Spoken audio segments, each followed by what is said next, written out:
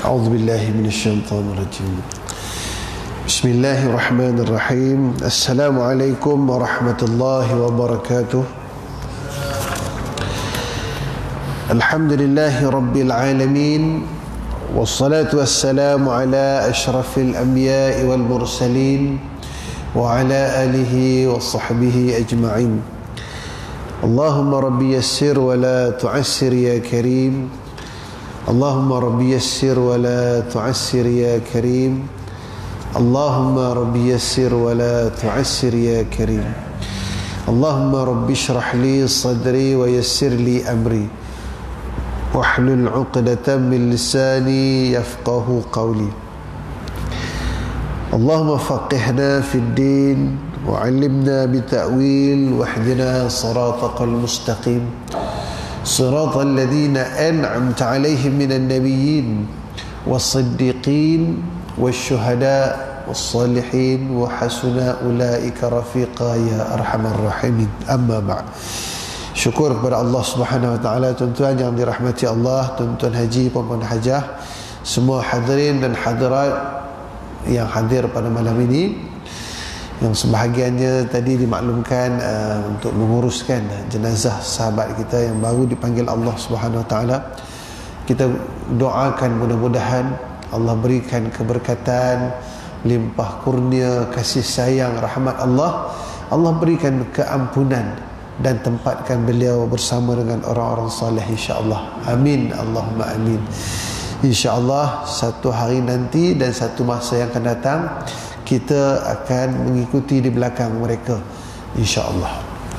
Tuan-tuan yang dirahmati Allah sekalian, malam ni kita sambung bab yang keempat pada menyatakan kelebihan selawat ke atas Nabi sallallahu alaihi wasallam. Sallallahu alaihi wasallam. Baik, tajuk yang kita nak baca malam ni satu tajuk yang azim, berat dan besar, hebat, kerana tajuk ni ramai orang tahu, masyhur, dan rasa cinta kita kepada Nabi sallallahu alaihi wasallam. Kalau cerita kelebihan selawat kat Nabi ni semua orang tahu. Tanyalah orang dewasa, kanak-kanak, budak tadika pun tahu. Hatta mereka sentiasa menyanyikan dan menasyidkan selawat ke atas Nabi sallallahu alaihi wasallam. Bahkan kita di Malaysia pada hari ini dah jadi satu trend budaya maulid, sambut maulid. Dulu zaman kita anak-anak dulu, sambut maulid Nabi ni sekali je sehari je buat ceramah, ada bubur kan, marhaban. Kalau sebelah utara dia ada marhaban, sebab marhaban ni di antara salah satu melahirkan rasa kecintaan kita kepada Nabi. Baik syair tu, dia bukan selawat banyak marhaban ni, tapi baik syair membesarkan Nabi. Bukan kita mengagungkan Nabi sebagai Tuhan, tak. Orang-orang Yahudi, orang-orang Nasrani, mereka menyembah Nabi Isa. Orang Nasrani mereka menyembah Nabi Isa. Sebab tu tuan-tuan, ada dalam satu dialog di antara Syekh Zakir Naik, Dr. Zakir Naik, dengan seorang pemuda India.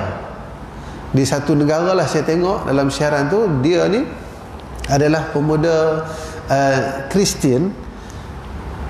Dia tanya kepada Syekh Dr. Zakir Naik ni, kalau orang Islam mengiktiraf Nabi Isa akan turun satu hari nanti sebelum hari kiamat, betul lah Nabi Isa tu Nabi yang terakhir, dia kata. Kalau haji lah macam mana nak jawab? Pening kepala kita, betul tak? Memang kita beriman pun Nabi Isa akan turun, sebab Nabi beritahu kat kita pada waktu subuh Jumaat tu, tak kala Imam Mahdi nak semayang subuh, maka sebelum dia nak semayang subuh, Nabi Isa akan turun bersama dengan dua malaikat. Dia pegang di sebelah sayap kanan dan kiri malaikat turun. Maka Imam Mahdi kata, kamu Nabi, kamu layak untuk jadi imam, silakan. Tapi kata Nabi Isa, tidak, kamu wahai Muhammad bin Abdullah, yakni Imam Mahdi tadi, kamu lebih layak kerana kamu umat kepada Sayyidul Mursalin, penghulu segala Nabi, Muhammad sallallahu alaihi wasallam. Jadi Nabi Muhammad tu lebih kekananan dia tu, GBK 1 tu. Nak bagi tahunya kekananan dia tu. Walaupun yang tadi Cikgu Besan nak pencen dah, tapi walaupun dia muda, tapi dia GBK 1. Nabi Muhammad tu paling kanan. Maka Nabi Isa pun bermakmum dan berimamkan, menjadi makmum dan berimamkan Imam Mahdi. Maka kata Dr. Zakir Naik dalam dialog tu, dia kata betul, kami beriman Nabi Isa akan turun, tetapi sebagai umat Muhammad yang akan membantu perjuangan Nabi Muhammad membunuh Dajjal. Dia beriman bahawa Nabi Muhammad adalah Rasul yang terakhir. Jadi Nabi Isa diturunkan Allah sebab Nabi Isa tak mati. Kamu beriman Nabi Isa Tuhan. Kata Dr. Zakir Naik, sebab kita tak belajar perbandingan agama ni. Dr. Zakir Naik dia mahir bab perbandingan agama. Dia tanya kepada pemuda Nasrani tadi, kamu beriman Nabi Isa tu Tuhan? Dia kata betul. Oh, dengan confident macam kita lah. Kita tempat lalu hari tanya, kat situ ada lubang, betul? Dia kata, kalau kamu beriman Nabi Isa tu Tuhan, tunjukkan kepada saya mana satu dalam kitab Bible yang Nabi Isa kata dia Tuhan. Tercengang dia, tak ada nak jawab. Berarti Nabi Isa tak pernah pun kata dia Tuhan. Hanya diselewengkan oleh pendeta-pendeta dan padri-padri Kristian, gereja Kristian, yang mereka mengagungkan Nabi Isa sebagai Tuhan. Na'udzubillah min zalik. Jadi syukur alhamdulillah kita tidak mengagungkan Nabi Muhammad sebagai Tuhan, tapi kita mengangkat dia, membesarkan dia, sayang dia. Sebab itu kita banyak berselawat dalam bab hari ini. Kelebihan berselawat bukan kita angkat Nabi SAW sebagai Tuhan, tetapi sebagai kekasih Allah, manusia biasa. Bukti dia apa tuan-tuan? Bukti dia, kalau tak silap saya pernah cerita dalam masjid ni, bagaimana satu hari Nabi SAW, orang biasa, ada hati dan perasaan, ada rasa lapar, ada rasa kenyang. Bila mana seorang sahabat Nabi, pelawar Nabi, makan makanan panas, Nabi makan, Nabi simpan separuh. Nabi minta izin dekat sahabat tadi, boleh tak aku nak bawa pulang, nak tapau. Tanya sahabat tadi, kenapa ya Rasulullah? Makanlah. Tak sedap ke kalau kita? Tak sedap ke? Kurang garam ke? Kata Nabi, aku teringat kat Fatimah, dah berapa hari dia tak makan panas. Tuan-tuan, hati seorang ayah, walaupun Nabi itu kekasih Allah, tetap ada perasaan. Teringat kat Fatimah, anak perempuan dia, dah berapa hari tak makan panas. Sebab itulah tuan-tuan, kita baru saja menyambut 10 Muharram semalam. Alhamdulillah, orang ni tengok rajin puasa banyak.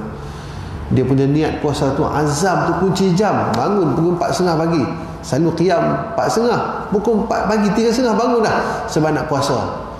Pun dia semangat orang ni cikgu. Bagus. Niat. Bangun pagi lepas subuh, goreng mi goreng, duduk semua makan-makan. Terlupa.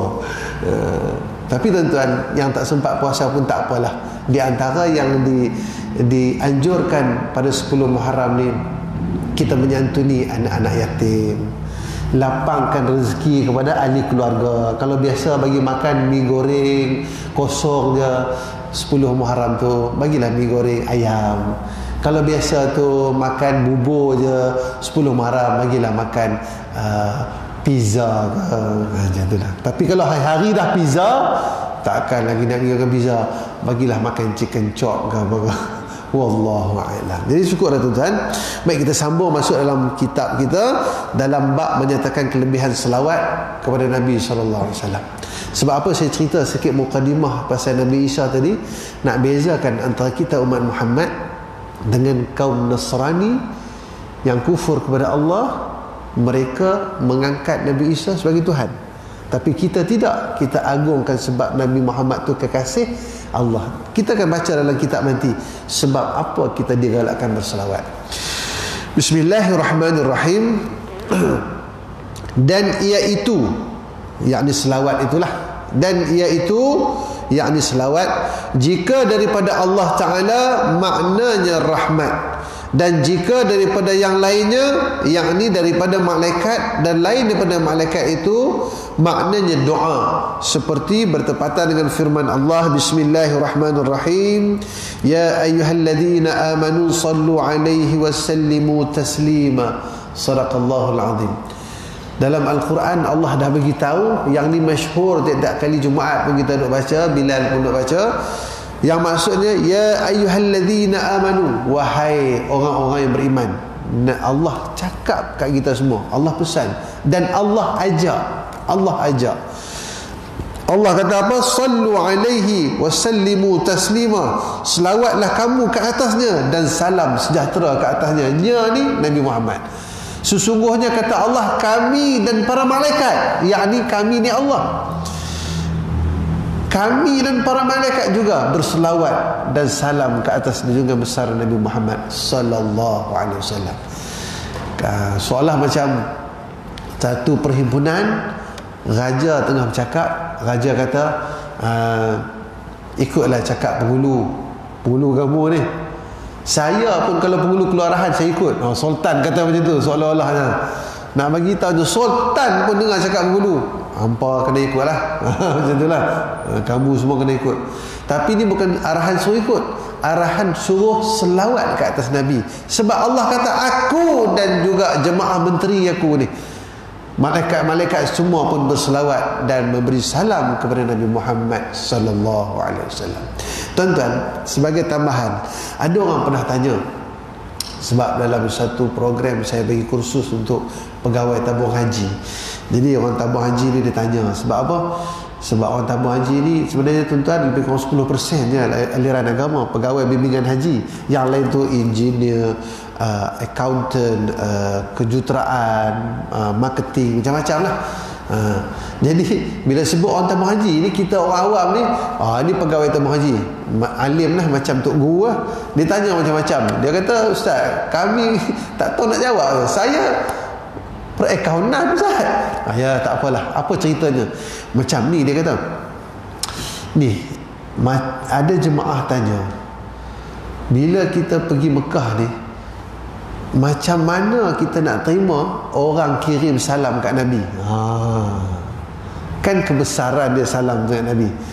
Ni ustaz, senarai ni, kampung saya taklah ramai, tapi sekali bagi senarai 200 orang ni, nak lalu depan Raudhah tu, kan kita lalu depan tu, polis duk tolak mata, roh haji tarik, kan 200 orang baru buka senarai dah terjatuh, hilang, tak ingat siapa bagi salam. Jadi boleh ke tak boleh kita nak bawa tak? Ataupun kita tak payah minta maaf, tak payah bawa? Maka jawab saya, salam ke atas Nabi memang kat Malaysia bagi pun Nabi dengar dan Nabi jawab. Tetapi nak ambil roh sayang kat Nabi tu dekat makam Nabi, siapa pergi ziarah Nabi waktu Nabi hidup, jumpa Nabi tak ada pergi ziarah makam Nabi, seolah-olah macam bertemu Nabi. Jadi sebab itulah kita nak ambil keberkatan, kiai-kiai kita terdahulu pesan, sampaikanlah salam kepada Nabi. Sebab tu bila lalu depan makam Nabi, Assalamualaikum ya Rasulullah, tak habis pun nak sebut ya Rasulullah tu, mengalir air mata, basah jubah-jubah cintanya kita kepada Nabi. Jadi kalau senarai yang bawa tu ramai sangat, Assalamualaikum ya Rasulullah, ya Habibullah, ni kat kampung aku 200 orang ni salam, aku tak semput, tak dan nak sebut ni, ya Allah, ya Rasulullah, ramai sangat ni, semua sayang kat engkau ya Rasulullah. Rasulullah pun dah tahu dah seorang-seorang siapa, insya-Allah. Baik. Dan selawat itu datangnya juga daripada Allah Ta'ala. Kalau daripada Allah Ta'ala selawat itu, maka ia adalah rahmat. Ayat ni muqaddimah kepada kelebihan selawat ni, tuan-tuan. Maksud selawat daripada Allah ni, salam daripada Allah. Kita kan dah belajar, siapa yang berselawat sekali kepada Nabi, Allah akan selawat kepada dia 10 kali. Maksudnya bila kita selawat kepada Nabi sallallahu alaihi wasallam, Allahumma salli ala sayyidina Muhammad wa ala ali sayyidina Muhammad, sekali kita selawat kepada Nabi, Allah selawat kat kita 10 kali. Apa maksud Allah selawat kat kita? Kita dapat apa? Kita dapat rahmat. Muqaddimah dia, kalau daripada Allah Ta'ala, dapat rahmat 10 kali. Allah bagi rahmat. Dan bila mana daripada lainnya, daripada malaikat ataupun lain-lainnya, maka ia adalah doa.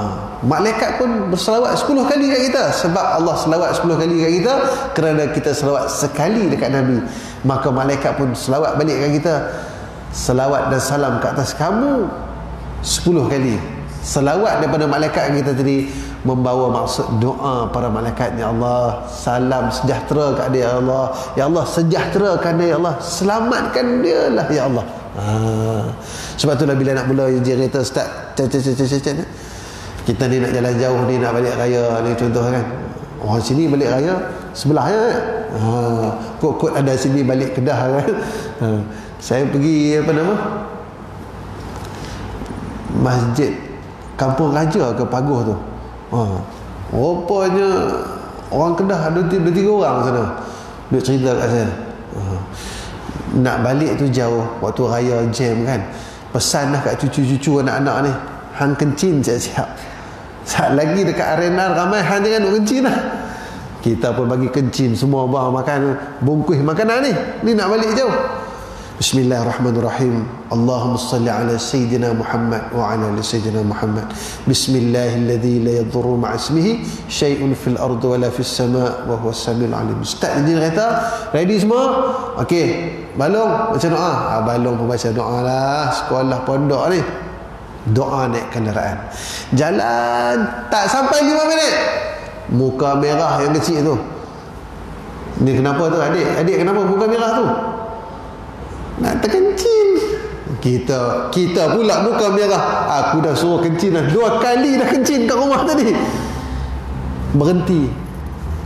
Siapa lagi nak kencing? Kencing cepat. Semua pakai kencing. Pakai turun takut bapak dia cengeng, warden, ketua warden je. Dah 10-15 minit kencing je pasal. Naik atas kereta, ceramah lagi. Kencing semua dah. Saat lagi jangan kencing lagi. Jalan-jalan sekejap depan tengok, lalu kat sebelah accident. Astagfirullahaladzim, tergolek kereta sebelah masuk dalam longkang. Depan kita 5 minit je. Allahu Akbar. Rumah kata kita, bang, siap baik kita lambat 5 minit. Kalau tak kita tahduk dalam tu bah. Kita pun teringat, ya Allah, tadi aku selawatkan Nabi. Aku selawatkan Nabi sekali, engkau selawat dan salam kat aku 10 kali. Tengok anak kencing tu asbab Allah nak selamatkan kita, rahmat Allah dan doa para malaikat.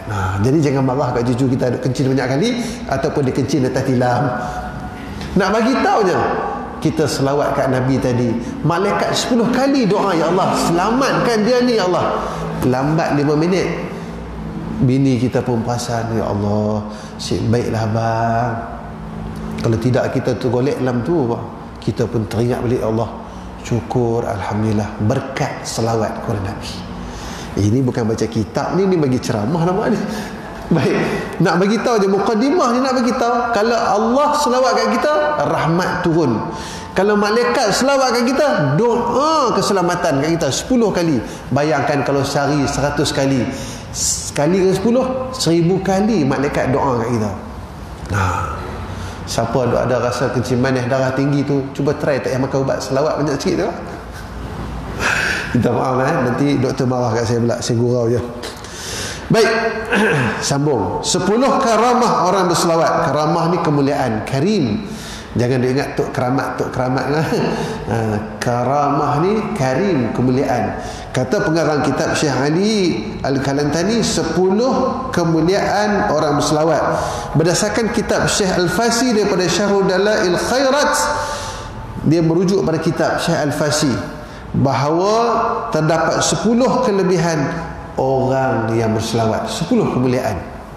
Yang pertama, kata Syekh Al-Fasi dalam kitab Syarhul Dalail Khairat, yang pertama, menselawat akan dia oleh Malikul Jabbar, Tuhan, Raja, segala raja yang berkuasa. Siapa yang berselawat kat atas Nabi, dia akan dapat selawat daripada Allah Subhanahu Wa Taala. Yang ni seperti yang dirujuk dalam ayat Quran tadi. Kata orang Jawa, by hook Baikru. Ngomong Jawanya. Jangan risau, Allah akan doa untuk kamu, Allah bagi rahmat kat kamu. Itu nombor satu. Nombor dua, orang berselawat kat Nabi. Nombor dua, kemuliaan yang dia dapat, mensyafaatkan dia oleh Nabi Al-Mukhtar, Nabi yang terpilih. Nabi terpilih siapa? Nabi Muhammad sallallahu alaihi wasallam. Dapat syafaat Nabi bila? Dekat padang mahsyar besok. Bila? Dekat titian sirat. Bila? Waktu hisab nanti. Bila? Waktu tengah huru-hara padang mahsyar. Saya tak pasti tuan-tuan bisa dengar tak cerita bagaimana huru-haranya padang mahsyar. Padang mahsyar ni jarak nak sampai ke neraka Allah ribuan jutaan tahun perjalanan, bukan kilometer. Perjalanan tu pun dah juta-juta tahun. Maksud dia kita berjalan tu sampai dah boring tak sampai-sampai. Tapi sana memang tak boring. Hangat, panas, perit, azab. Sebab yang laju kuat ibadat, kuat semayang, kuat sedekah, berjalan dia macam lari. Kat dunia pun kita tengok yang geng sihat nak cycling, yang duit lebih sikit motor besar, yang kurang sikit jogging, yang paling kurang anak dia usung, pusing juga dalam kampung ambil udara segar. Mahsyar pun sama, yang banyak ibadat dia berlari, banyak korban naik kenderaan, yang banyak dosa merangkak, banyak maksiat lagi mengesot. Ada yang apa? Tak tahu nak cerita dah gambaran macam mana. Nak sampai padang mahsyar tu punya lama. Sampai padang mahsyar duk berkumpul. Mahsyar ni tempat berkumpul, jarak dia dengan neraka punyalah jauh. Tapi api tu dia punya percikan sampai ke tengah padang mahsyar. Kita belum masuk neraka lagi, tapi dia punya tempiah dapur duk masak tu, kita duduk dekat tempat makan, kemah makan ni, dia punya api goreng cakotia tu sampai ke kita. Aduh sakit. Padahal tak duduk kat dapur pun, jauh tu dia punya api. Tak nak bagi tahunya dekat padang mahsyar semua orang akan rasa percikan api neraka. Waktu itulah kita akan cari.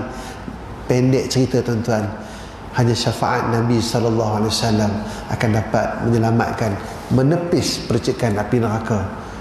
Bila mana? Bila mana Nabi datang, Nabi tolong tepis tuan-tuan. Pun tak dapat juga, datang Jibril bawa semangkuk air. Jibril kata, Allah suruh bagi kat kamu Muhammad, ambil air ni, Allah perintahkan kamu percikkan, simbahkan ke percikan-percikan api tadi. Maka Nabi ambil, percik. Maka bila terpadam semua, Nabi tanya Jibril, air apa ni Jibril? Air RO ke air kowe? Dia saya tambah. Jibril, air apa ni Jibril? Kata Jibril, wahai Rasulullah, ini air mata umatmu yang menangis kerana takut kerana Allah. Hebat tuan-tuan. Nangis, teriak sebab takut kerana Allah. Air mata tu dapat padam api neraka. Baik, pendek cerita syafaat Nabi. Nombor 3, mengikut dengan malaikat al-akhyar. Ini kalau orang dia punya fanatik JDT ni, dia kata tengok, patutlah JDT menang. Malaikat akhyar. Akhyar tu ini pun satu juga masalah gurau lah. Akhyar ni maksud apa tuan-tuan? Akhyar ni baik, khair, malaikat yang baik. Malaikat akan duduk dengan orang yang banyak selawat kat Nabi ni. Orang banyak selawat kat Nabi, sayang Nabi, malaikat pun suka duduk dengan dia. Kalau kita pergi rumah ahli zikir, orang yang kuat berzikir, minta maaf saya nak sebut, orang tabligh ni kuat zikir dia orang, semayang kuat, zikir kuat, majlis ilmu bagus. Kalau kita pergi rumah dia orang sejuk je, tengok. Kita tanya, Syekh, kenapa rumah sejuk je? Zikir banyak kan? Tak, dia kata pasal aircon. Baik, nombor 4, menyalahi akan munafikin dan kufar. Maksud menyalahi di sini, kata ulama, diselamatkan, diterjemahkan oleh anak-anak murid Syekh Ali, diselamatkan daripada orang yang berniat jahat sifat dan berniat jahat atas fizikal. Maksudnya ada niat jahat orang munafik dan orang kufar kepada dia, Allah selamatkan. Yang kedua diterjemahkan oleh para ulama, maksud menyalahi munafikin dan kufar ni, orang yang kuat berselawat, hati dia insya-Allah selamat daripada sifat nifak, munafik dan juga kufur kepada Allah, insya-Allah. Yang kelima, menghapuskan kesalahan dan auzar. Auzar ni maksud dia dosa-dosa, kesalahan khilaf, tersalah, tak sengaja buat. Auzar, sengaja buat dosa tu. Kesalahan dosa, tapi dalam bentuk khilaf, tersilap pun berdosa. Auzar, dosa yang dia buat terang-terang. Sama ada buat terang-terang ataupun dia tersilap, orang yang banyak selawat, insya-Allah Allah ampunkan dosa dia. Menolong bagi menyampaikan segala hajat dan ausar, yakni siapa yang minta dekat Allah, nabda'ud du'a ala salawat, siapa yang memulakan baca doa dengan berselawat, maka insya-Allah Allah akan tunaikan hajat dia. Sebab itulah kita baca doa Bismillahirrahmanirrahim, Alhamdulillahi Rabbil Alamin, wassalatu wassalamu ala ashrafil anbiya'i wal mursalin. Kita mula baca doa, selawat ke Nabi, prasyarat Allah nak tunaikan doa kita. Nombor 7, bercahaya dan cemerlang zahir dan asrar. Asrar ni bukan nama orang, tuan-tuan. Asrar ni perkataan asal siru, rahsia. Maksud dia secara Allah akan berikan dia cahaya, nur, sama ada secara fizikal ataupun secara rahsia batin dia. Apa maksud fizikal dan juga batin? 3 kata para ulama menterjemahkan kepada kelebihan mendapat nur. 3, 1 pada wajah dia, yang tu kita sebut wajah bercahaya tu. Kita tengok muka dia nampak terang, ni wajah bercahaya, orang yang kuat selawat. Ada seorang lagi orang bercahaya, yang ni sebab dia kerja TNB, tu orang yang bercahaya. Tu tak selawat pun memang dia datang bercahaya. Kalau gelap memang cari dia, tu cahaya masjid. Tapi orang yang banyak berselawat, muka dia nampak cahaya, nur je. Cuba kita tengok sahabat kita Ibnu Zaman, dia kuat selawat, dia duduk kat tempat gelap belakang, tengok atas kepala dia bercahaya, nampak, sebab lampu kat atas kepala dia. Nombor 2, pada perbuatan. Dia buat satu tu, kita rasa seronok je, perangai dia, sikap dia, seronok je, kita nampak selesa, senang kan duduk orang ni. Dan ketiga, pada kata-katanya. Orang lain pun cakap benda sama, tapi kita rasa biasa. Tapi kita tengok imam cakap perkataan sama, tapi Allah rasa selesa. Macam pengurusi kita cakap senang, tadi dia telefon saya, mula tak datang lah, tapi bila pengurusi telefon, ustaz macam mana, mungkin pengurusi kuat selawat, saya pun insya-Allah datang. Baik, tu contoh-contoh tapi memang pengurusi bahasa dia lembut je. Cuma itulah tak sempat saya nak jadi menantu, tak ada rezeki, macam mana. Baik, nombor ke-8, diberikan kelepasan daripada huru-hara negeri Darul Bawar. Darul Bawar ni negeri yang dikuasai oleh Allah. Kita tak ada daya upaya, tak ada kuasa.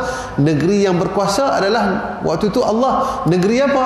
Negeri Yaumul Mahsyar, hari mahsyar besok.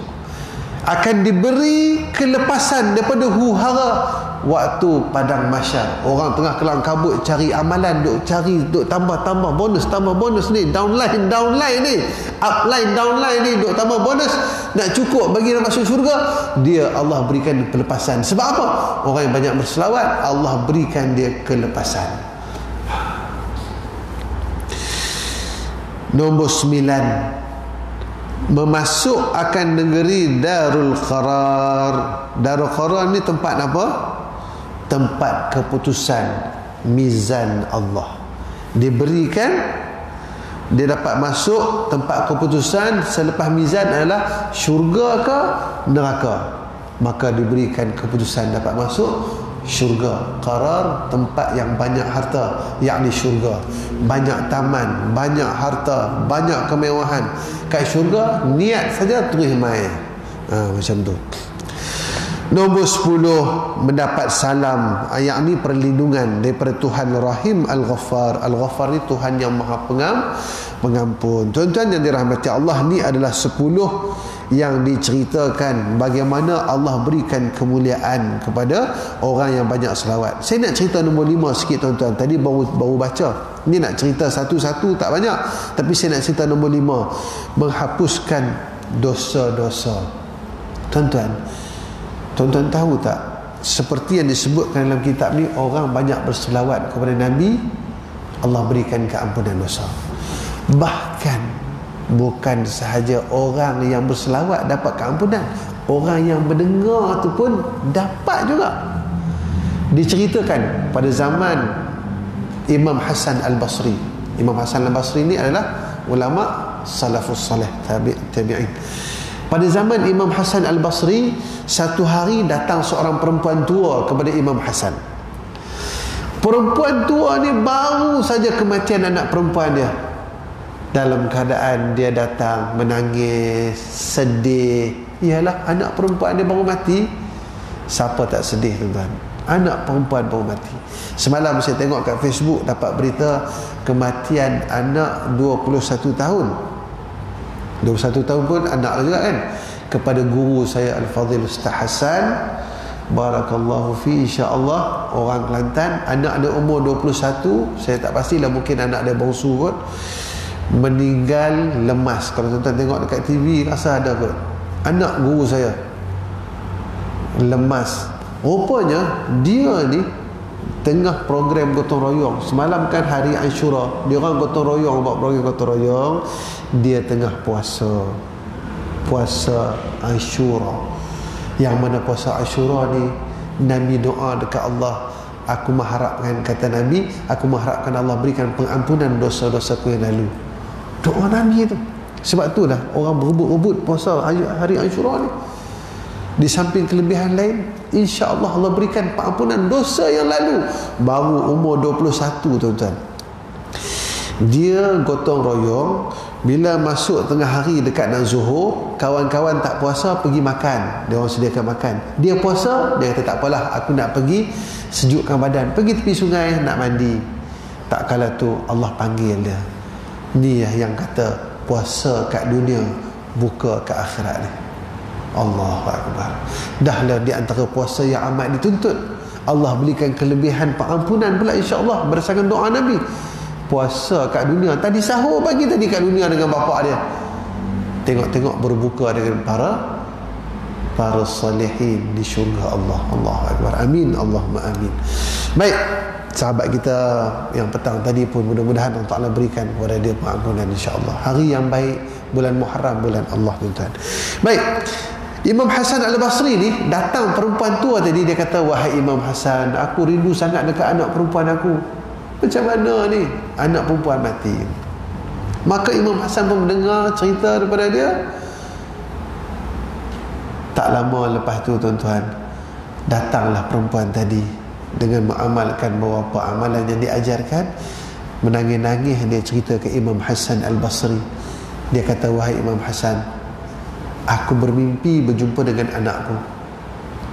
Aku lihat dia dalam keadaan rambut kusut masai, pakaian dia koyak rabak, tangan dirantai dan dibelenggu pusing sampai ke kaki. Berarti pusing rantai tu sampai kaki, terikat macam tu. Dah lah tengok tangan terikat dengan rantai, rambut kusut masai, baju koyak rabak. Kalau tuan lah jumpa anak macam tu, anak ni rindu sangat tengok-tengok, jumpa tepi jalan macam tu, menangis kita. Menangislah perempuan tadi dalam keadaan, macam mana ni wahai Imam Hasan, anak aku ni. Berarti dengan dosa-dosa yang anak dia tanggung tu. Tak lama lepas itu, tuan-tuan, Imam Hasan bermimpi. Dia melihat seorang wanita muda sedang melambai-lambai kepada dia. Kalau saya lah perempuan muda lambai, pusing belakang, tengok menonggeng. Kalau tak jejak tanah, cabut. Gurau-gurau ni cerita khurafat orang kita. Saya percayalah Kata Imam Hasan, aku melihat perempuan muda melambai-lambai kepadaku, berpakaian cantik, kata Imam Hasan. Maka Imam Hasan pergi dekat, sebab orang dah lambai, dia pun pergilah. Kalau hajah lambai, rasa tak ada orang nak pergi kot. Sebab perempuan muda lambai. Maka Imam Hasan pun disapa oleh perempuan muda tadi. Dia kata, wahai Imam Hasan, tak kenal ke saya? Tak kenal saya ke? Kata Imam Hasan Al-Basri, minta maaf, aku tak kenal. Siapa? Kata perempuan tadi, akulah wanita, anak kepada perempuan tua yang datang berjumpa dengan kau. Terkejut Imam Hasan. Sebab apa? Sebab ibu kamu cerita kat aku, rambut kamu kusut masai, pakaian kamu koyak rambak, dan tangan kamu dibelenggu daripada kepala sampai ke kaki. Tapi aku tengok kamu pakai cantik, berseri-seri. Kata wanita tadi, tuan-tuan, wahai Imam Hasan, di kawasan kuburan kami setiap hari dilalui oleh seorang lelaki yang berselawat kepada Nabi SAW dan bersedekahkan kepada kami, ahli kubur. Sekali dia lalu dia sedekah selawat, Allah ampunkan dosa kami sikit. Sekali dia lalu lagi, Allah ampunkan dosa kami sikit. Begitulah keadaan kami seharian, sehingga habis semua dosa kami diampunkan berkat selawat kepada Nabi sallallahu alaihi wasallam. Allahu Akbar. Kalau itulah dapat orang mati pun dapat tumpang bahagian, tambahlah kita atas dunia ni sambil masak nasi, Allahumma salli ala sayyidina Muhammad, lembut hati suami yang getih sehari 10 kali, tinggal 2 kali. Esok selawat lagi, dah tak getih-getih minum kopi kat rumah, selawat lagi. Tengok-tengok neneknya 60, doktor kata tahniah nenek mengandung 2 bulan, alhamdulillah, berkat selawat. Sebab suami dah tak ingin getih. Neneknya terkejut, tahniah nenek mengandung 2 bulan. Tak, bukan nenek, anak nenek. Oh, doktor ni nasib baik. Minta maaf aku. Sebab semua tengok saya lain macam tadi waktu saya ceritakan, saya pun tambahlah sikit kan. Sebab saya tengok, semua tengok saya lain macam tadi kan. Tapi nak ceritanya, ini kisah Imam Hasan Al-Basri, betapa keberkatan orang selawat kepada Nabi SAW. Jadi tuan-tuan, bila kita selawat kepada Nabi, perbanyakkan selawat kepada Nabi. Ada orang tanya, berapa Ustaz? Berapa, jangan tanya saya lah. Saya nak cerita pun malu.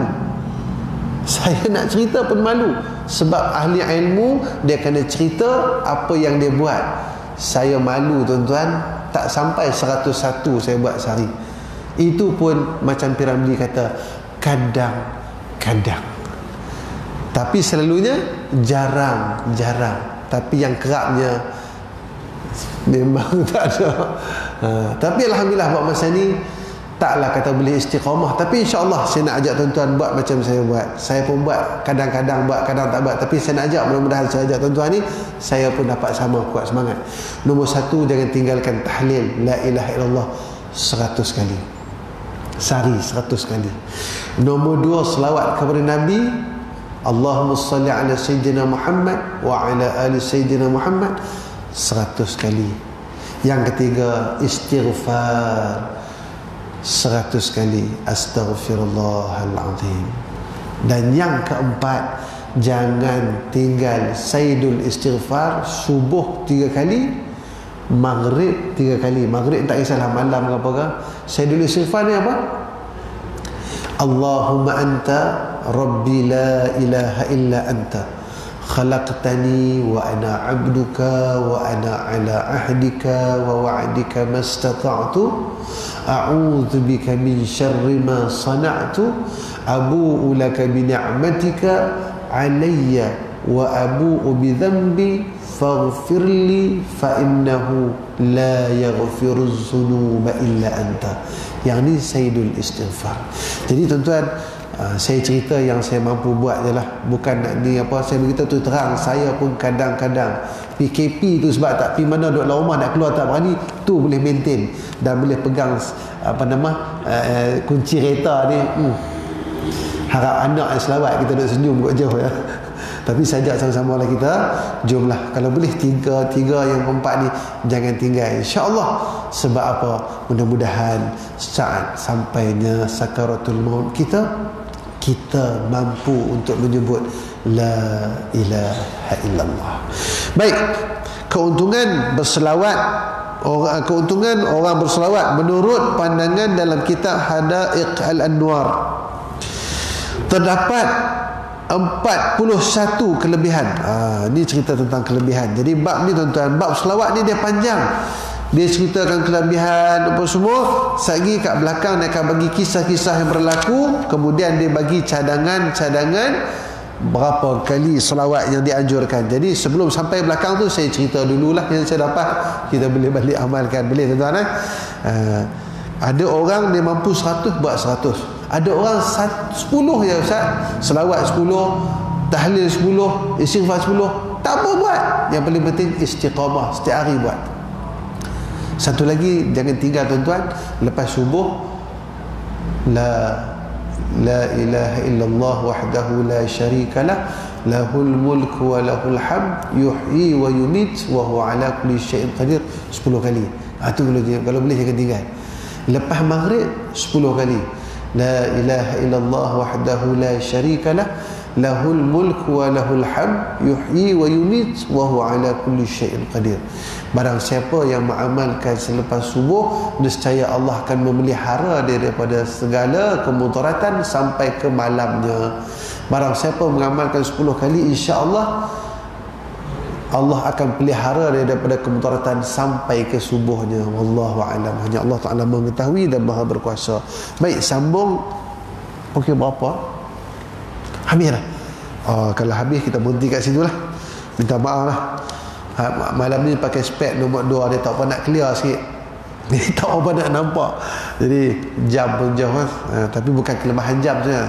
Saya aja babat tak nampak ni. Maklum je lah, pantang dapat mic ni. Wallahu alam. Jadi kita berhenti sekat ni, kita sambung balik 41 kelebihan berdasarkan kitab dan seterusnya. Wallahu alam. Jadi mudah-mudahan apa yang kita belajar malam ni, marilah sama-sama saya nak ajak tuan-tuan dan juga diri saya, ahli keluarga saya, kaum kerabat saya dan sahabat anda semua, tuan-tuan dan puan-puan yang dikasihi, marilah kita perbanyakkan selawat kepada Nabi Muhammad sallallahu alaihi wasallam. Jadi cukup sekadar ini. Aqulu qawli hadza wa astaghfirullah li wa lakum. Wassalamualaikum warahmatullahi wabarakatuh. أعوذ بالله السميع العليم من الشيطان الرجيم. بسم الله الرحمن الرحيم.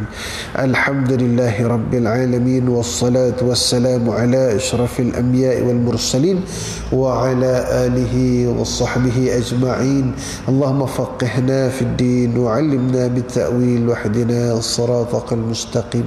اللهم ربنا آتنا في الدنيا حسنة وفي الآخرة حسنة وقنا عذاب النار والحمد لله رب العالمين. تقبل الله منكم.